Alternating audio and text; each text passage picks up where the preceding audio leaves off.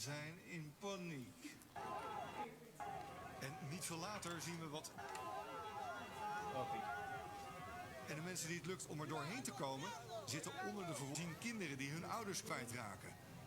Terwijl de militairen er alles aan doen om ze buiten te houden, zien kinderen die hun ouders kwijtraken. Terwijl de militairen er alles aan...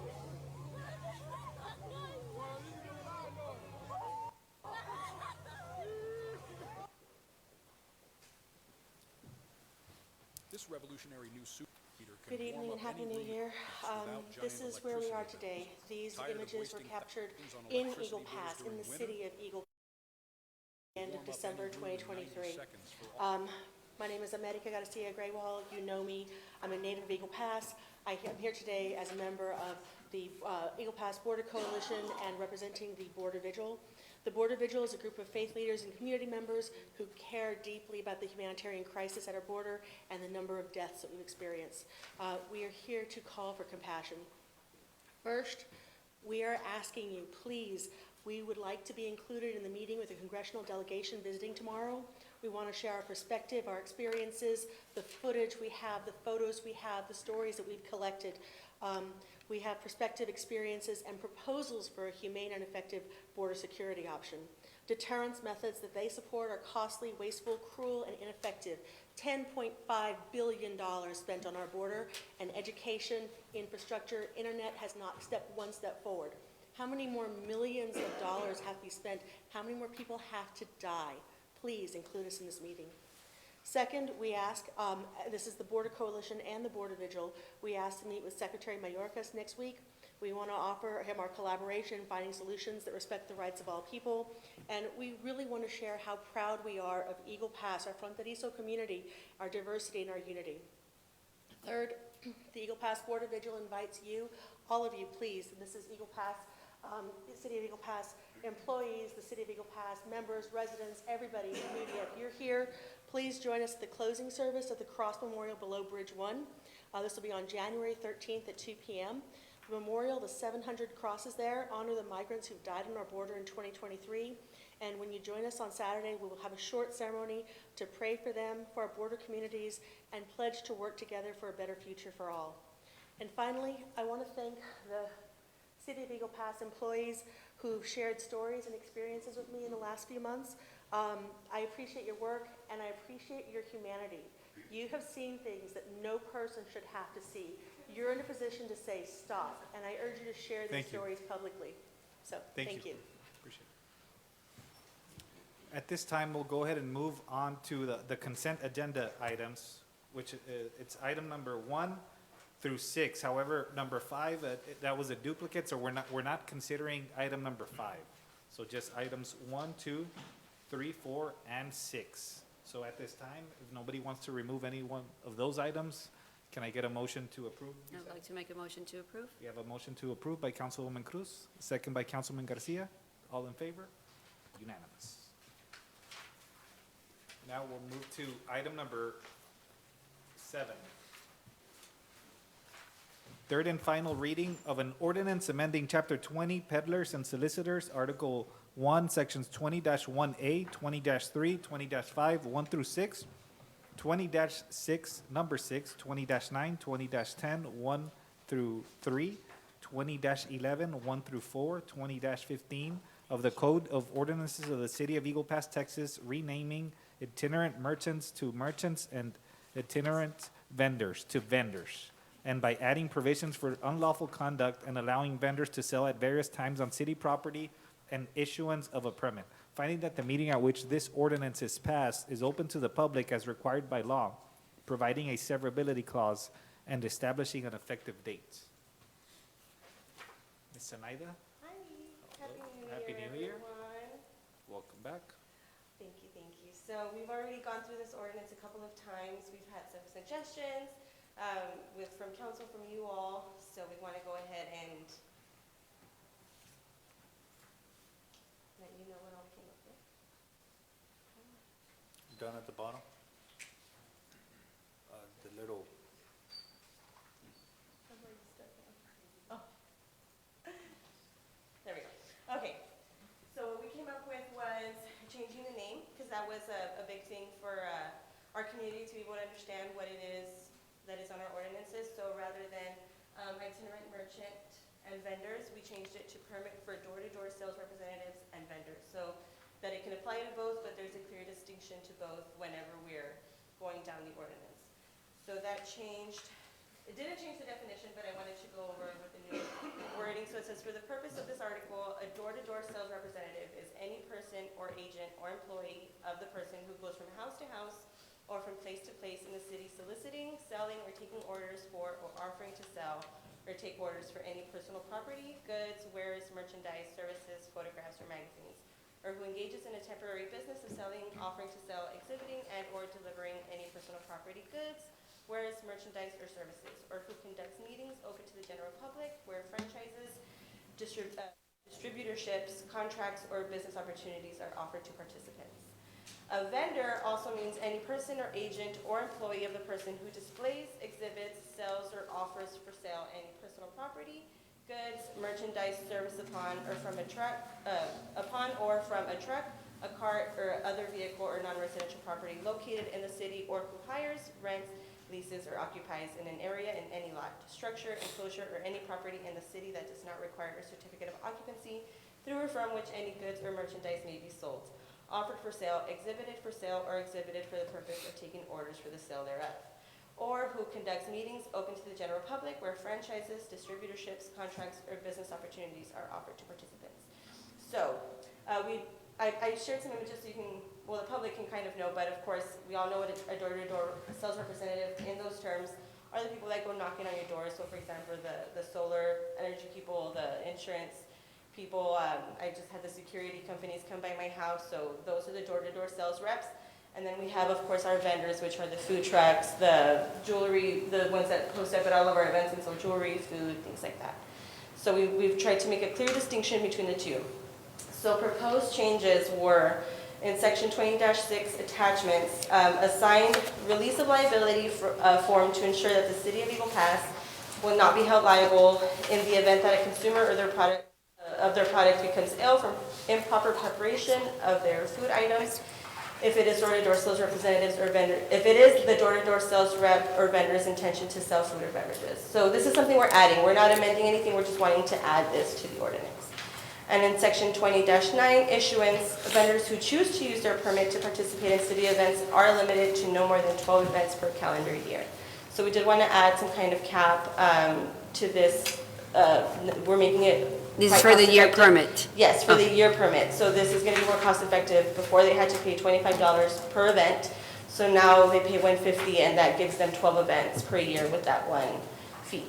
So that's really bringing it down. And so in unlawful conduct, another concern was that by changing it, we were going to make this change for the door-to-door sales rep, but we didn't want to confuse that. We wanted them to not be knocking on your door in the evening time. So we kept that rule for them. It shall be unlawful for any door-to-door reps to engage in any activity for which a permit is required by this article on Sunday or from 6 p.m. to 10 a.m. Monday through Saturday. Now for the vendors, it shall be unlawful for any vendor to engage in any activity for which a permit is required by this article from 12 a.m. to 8 a.m. Sunday through Saturday. So we've opened it up for them to be able to sell, like when we have our events and stuff, because they're usually in the evenings or on the weekends. Under that, it says it shall be unlawful for any door-to-door sales representatives to engage in any activity for which a permit is required by this article on city property or right-of-way. That stayed the same, but we've made it specific to the door-to-door sales reps, and we made the change for the vendors since a lot of our events are on city property or Texas right-of-way. We changed it to it shall be unlawful for any vendor to engage in any activity for which a permit is required by this article on city property or right-of-way unless authorization has been given by designated city officials and, if necessary, the Texas Department of Transportation officials, which we always get whenever it's on TxDOT right-of-way. Ms. Moreno, you said that it was $150 a year? Yes. Okay. $150 a year for 12 events per year, and then after that they can keep getting it. So then another change that we made, section 20-15, exemptions from this article. Brick and mortar businesses and food trucks that meet all planning requirements to perform business operations would be exempt from obtaining an annual permit and are eligible to participate at any city or private event for free for unlimited amounts of events throughout the year. They would, however, still need to notify the Community Development Department of which events they attend.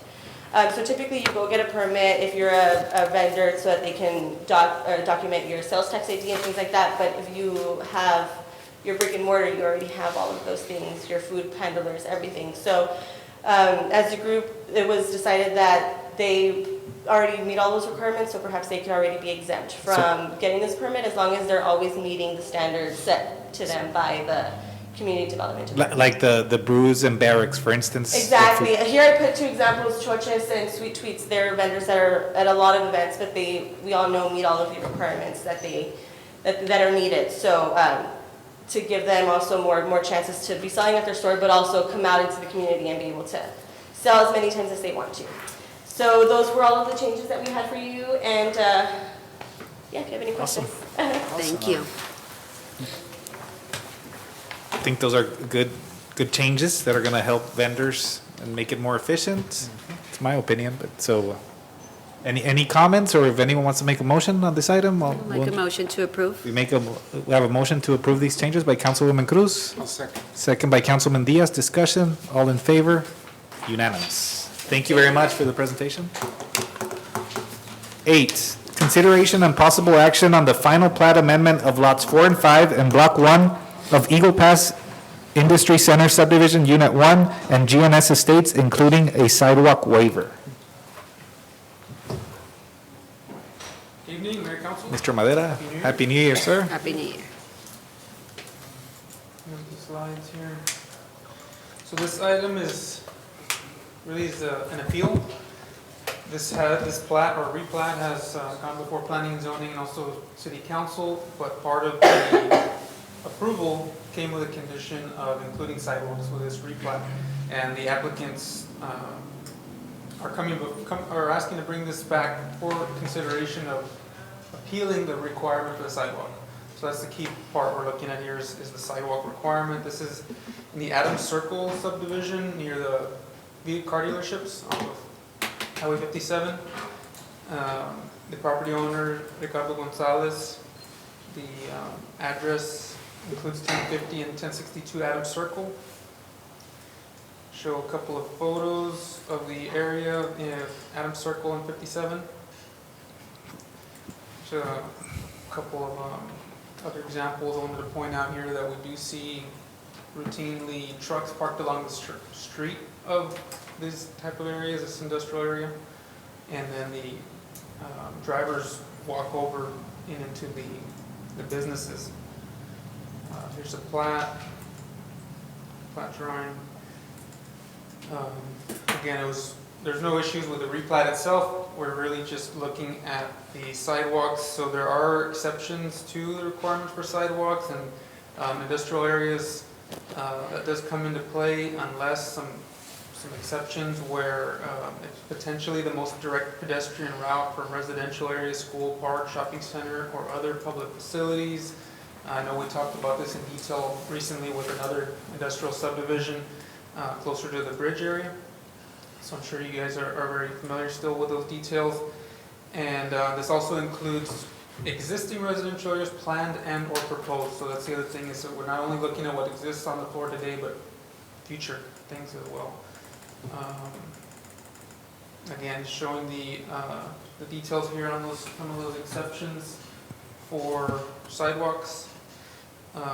One other thing I do want to point out when we talk about future is when we're looking at our future thoroughfare planning, there does seem to be a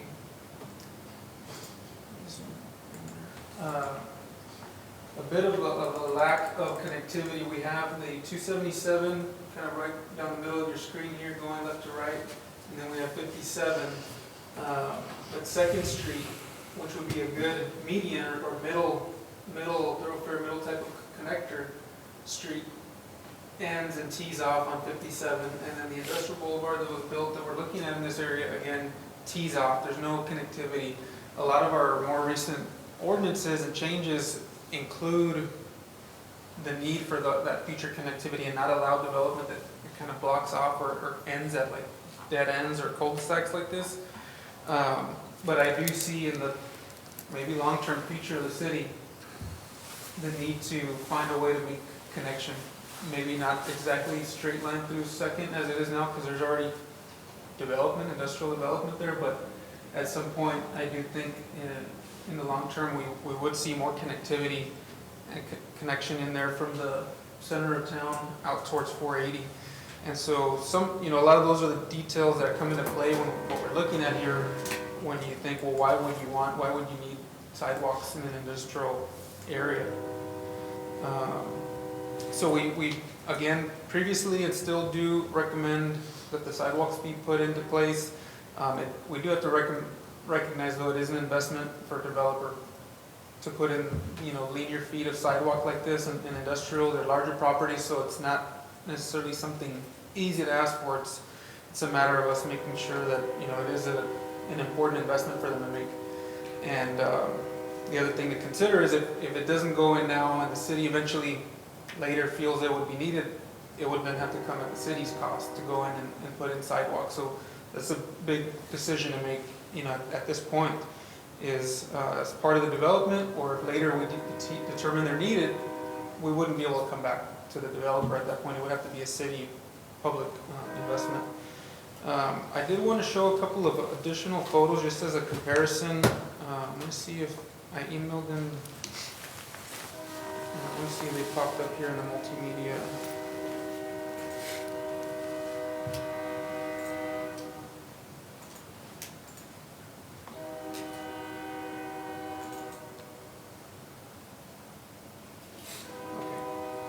So at the other end of this existing subdivision industrial, there is some sidewalk, just so we could see the comparison of what the difference looks like when they do or don't. And these last two do have some sidewalks that I do think it makes a drastic difference in the safety and the aesthetic also of these type of areas. And just got a couple more angles to look at. This is another one of the more recent developments. I think they did a lot of good things on this one. They have a lot of landscaping, xeriscape type with a decorative rock. They have the trees right now. It's winter, so you don't see the leaves on them, but there's adequate trees in their front area. And so I think this is kind of the future of industrial development. I think this would be a really good example of what the nice ones could look like. Again, just showing that landscape. Here's another example. Also shows we do see the trucks parked on the street, and so they do walk across. And I think sidewalks would provide additional safety for these drivers that park out there.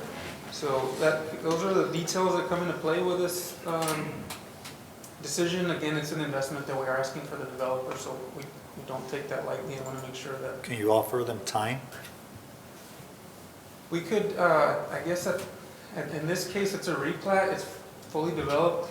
I don't think there would be any future permitting or way of requiring it in the future. You're probably meaning the 18 months that we usually give Yeah. on the, Yeah, I mean, we would just need to, I guess, trust that they would do it, but in this case, everything's already built out, so there really wouldn't be anything to hold them accountable for it in the future. Usually, like in the one we talked about a few weeks ago or a month ago, they still had to build a building. There were still permits involved where we had that opportunity. In this case, everything is It's done. pretty built out. This was discussed with planning and zoning, the planning and zoning board? This appeal just comes back for council consideration, so we have not taken the appeal. What was The original planning? decision Yes. Yeah. was to approve with the sidewalk being required, and that was the same that came with council when we presented this replat, to approve it with the condition of the sidewalk. So now we're bringing it back to just reconsider if we Okay. do want to keep the sidewalk as a condition or not. Mr. Madera, on the aerial view, based on the aerial view on the back, how far away from the part of the other sidewalk are we? More or less? Which aerial view do you want me to show? The ones that were included on the item, there's an aerial view with the buildings. This one? Oh, page 63. I don't have that. Of the- oh, Yeah, you don't true. have this one. copy, but Okay. One of the ones that I showed on, This one, right? Yes. Yeah, I'm trying to just kind of locate the area with the new development that you required The sidewalks, or is it on the new development that it's more towards the north of the building? It's probably here, right? With the new building. Yes, if you get it from the city website, you can get that. Yes, the website. Is a Google map aerial, would that? Yes. be fine? Uh-huh, I'm so sorry to put you on the spot. I'm just trying to figure out yeah, the distance. And that was the distance From where we were talking about, the one that already has the sidewalks and where they're located at. So it's a new one. this is the area that does have it at this other end, and what we're. And then there's some on the on the Ancita and Brown, right? Or not? Sidewalks? Yeah, no, we don't. No. Okay. No, there's, I believe, only those two that I showed in the images, but we can go through and. Can I add something to that? Please.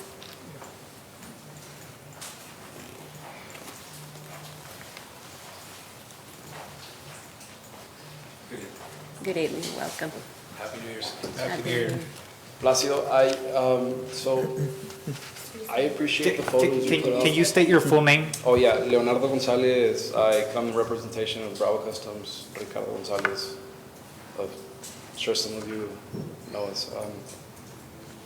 The photos you put up of the trucks parked on Adams Circle, those trucks, they usually don't have drivers walking on the street. They're either just waiting for appointments to get in the businesses, or they park overnight, so there really isn't any foot traffic on Adams Circle. And then the photos of the new businesses that do have the sidewalks, well, those are new constructions. So we've been there for, I don't know, maybe 20 years. So what you're asking is to add maybe over 500 feet of sidewalk. So I just would like to ask City Council to just consider that. We wouldn't have any problem if everyone else was required to add a sidewalk, but in this case, it's just us for getting the replat. I think we're being a bit penalized here financially, so just please consider that before you make the decision. Thank you. Thank you. Okay, does anyone have any questions, or anyone want to make a motion on this? Over 200 feet because there's no residential. But it says it can, if people are walking to.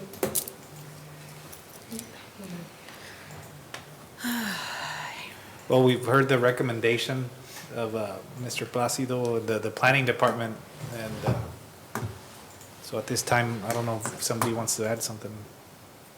God, it's so hard Wow. when it comes to sidewalks. I'm pro sidewalks, of course, Consistent. and we need consistency, of course. We're just, what I was asking legal is again about the problem that we encountered the last time, that we haven't changed the ordinance about 200 feet. So in that sense, that's why it makes it a little bit harder on this situation, because yes, I mean, we barely see people walking. We only see it on the dealerships, pretty much. But you usually go park, and the movement of this replat, it's inside and within. So that's what it's making it a little bit hard, because it is a lot of lineal feet. I get that part too. That's why I was asking about the other part, because maybe instead of the 500 feet, I mean, maybe just the part of the back or the front, which is on the highway, just a little bit, but we don't have much, right? This is the replat, it's on the back, correct? Or we do have the frontage? There's, I think this one can kind of show you a little bit also. True.